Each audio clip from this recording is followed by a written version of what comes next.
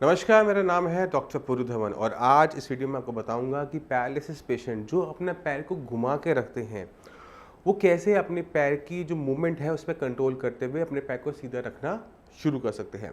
अक्सर जब भी कोई पैरालिसिस का पेशेंट क्लिनिक में आता है, विजिट करने आता है, तो अक्सर उनकी हम असेसमेंट करते हैं कि उनकी कंडीशन में हमने कहाँ पर सुधार करना है। तो अक्सर जब हम पेशेंट को देखते हैं कि जो थोड़ा बहुत चलना शुरू करते हैं वो अपने पैर को घुमा के रखना शुरू करते हैं, और इस टॉपिक पे मैं पहले भी बहुत सारी वीडियो बना चुका हूँ, मगर आज जो बताने वाला हूँ उसको ध्यान से आपने देखना है और समझना है एक एक हिस्से को।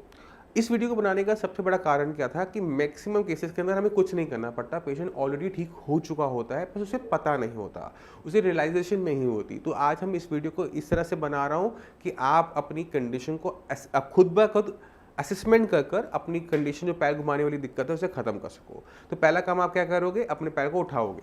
ये हो रहा है नहीं हो रहा, पहले आप ये चेक करो कि ये मेरा घुटना इतना चल रहा है नहीं चल रहा।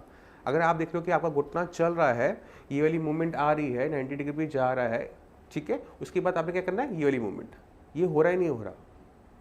क्योंकि जब हम चलते हैं तो इन दोनों की कंबाइंड इफेक्ट से ही हम अपने पैर को सीधा रख पाते हैं। तो पहला उठाना 90 डिग्री पे, दूसरा सीधा करना, उसके बाद नीचे रखना।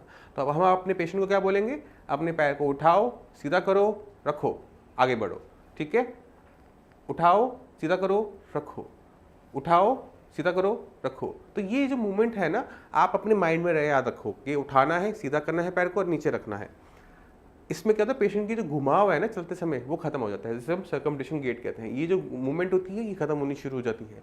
अक्सर पेशेंट की जो लेग में इंप्रूवमेंट आ चुकी होती है, क्योंकि हम बहुत लंबे टाइम से, जब हमने चलना शुरू किया था, पैर को घुमा के रखना शुरू किया था, इसकी वजह से पेशेंट की हैबिट बन जाती है। और इस हैबिट को ब्रेक करने का एक ही तरीका होता है, एक नई हैबिट को डालना। और अब हमने नई हैबिट क्या करना है, उठाना है, सीधा करना है, नीचे रखना है।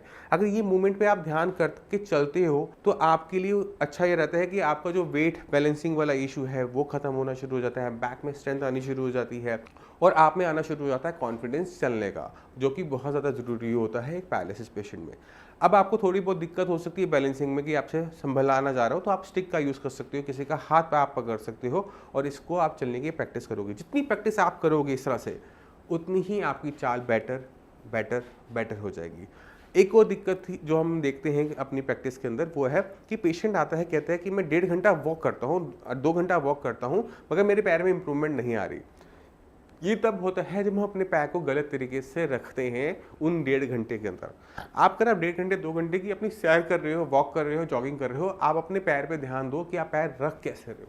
क्योंकि अगर आप 1.5 घंटा सही तरीके से पैर को रखोगे, अपने कंट्रोल से रखोगे, तो इतनी देर में रोज करने से तो आपको हैबिट बन जाएगी पैर को सही रखने की, और हमारी चलने में जो दिक्कत हो रही है वो खत्म हो जाएगी।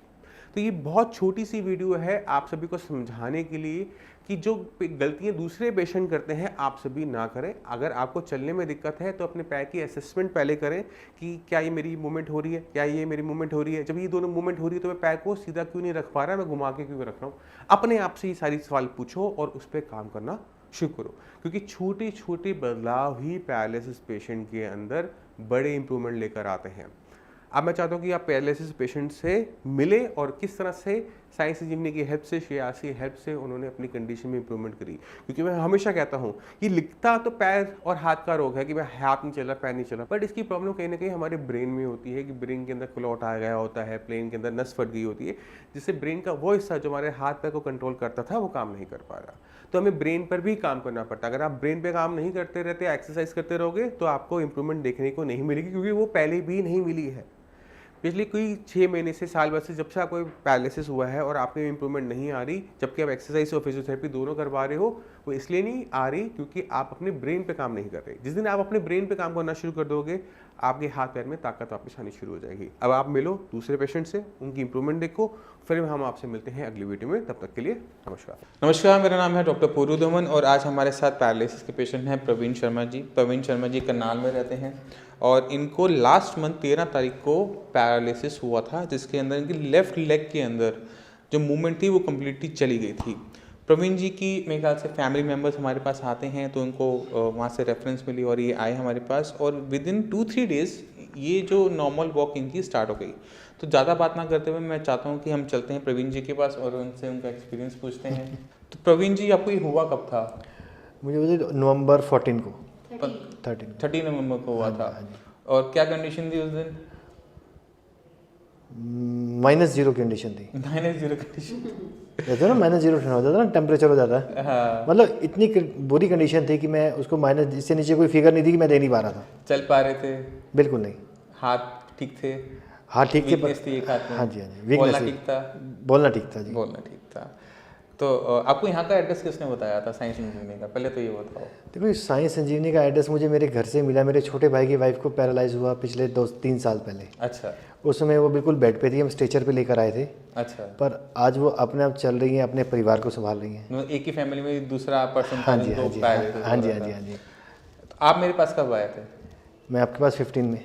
और ठीक कितने टाइम में हो गए? 17 में। मैं 2 दिन, मतलब 17 को मैं वॉक करता था अकेला। जैसे जबकि मैं पहले बाथरूम लैट्रिन के लिए मुझे सहारा चाहिए था, बच्चों के साथ चल जाता था। पर 17 से मैं शाम को इवनिंग वॉक पे, मॉर्निंग वॉक पे जाता था खुद से। अच्छा जी। और आज की डेट में क्या कंडीशन है एक महीने बाद? 99.9% ओके। और तो बाकी जो पैरालिसिस पेशेंट्स होते हैं उनको क्या एडवाइस करना चाहोगे? मैंने तो एड्रेस दिया। एक होता है एडवाइस देना, एक होता है एड्रेस देना। मैं तो एड्रेस दे कि आप यहाँ जाओ। एडवाइस तो है कि आपकी मर्जी, आप जाओ या ना जाओ, वो आती है एडवाइस। एक होता है एड्रेस, भाई यहाँ आपको कंफर्म जाना है। अच्छा, तो अब चलने में कोई दिक्कत नहीं, चलने में कोई दिक्कत नहीं है। सारी चीज़ें खत्म हो गई 100% प्योर? 100%। चलिए ठीक है। ओवरऑल एक्सपीरियंस कैसा रहा साइंस इंजीनियरिंग का? बहुत बढ़िया रहा। अगर इसको परसेंटेज में काउंट करें 100% रहा। और मैं तो अगर इस इंटरव्यू को अगर कोई देखता है ना जी, तो मैं उसे ये बोलूँगा कि विश्वास नहीं, आँख बंद करें, अंधविश्वास करके चलिए आप। एक होता विश्वास करना, एक होता फेथ, एक होता ब्लाइंड फेथ। मैं तो ब्लाइंड फेथ कहता हूँ कि ब्लाइंड फेथ करना चाहिए। मैंने ब्लाइंड फेथ किया और आज आप सबके सामने हूँ। और शायद ये इसे जादू कह सकते हैं हम। इस एक्सपीरियंस को अगर हम सेकंड नाम देना तो ये जादू है। जादू नहीं है, क्योंकि हम बहुत जल्दी स्टार्ट किया था हमने ट्रीटमेंट, क्योंकि एक ही दिन हुआ था। हाँ जी। इस वजह से रिकवरी उतनी मैंने fast इतनी रिकवरी जो मैंने फील की है साइंस इंजीनियरिंग में आके, इतनी रिकवरी मैंने कभी किसी से सुनी नहीं है कि किसी हॉस्पिटल में जाके और उन्होंने कहा जी आप वहाँ चले जाओ, उस ट्रीटमेंट में आपको होगा। ऐसा तो मैंने सुना नहीं है, पर यहाँ देखा है। नहीं, एक्चुअली क्या होता है कि जब ब्रेन के अंदर कभी भी ऐसा कोई दिक्कत होती है तो उसमें टाइम बहुत इंपॉर्टेंट होता है। जितनी जल्दी हम सही ट्रीटमेंट स्टार्ट करते हैं उतनी ही फास्ट हमें रिकवरी देखने को मिलती है। ऐसा नहीं है कि लेट केसेस में नहीं देखने को मिलती।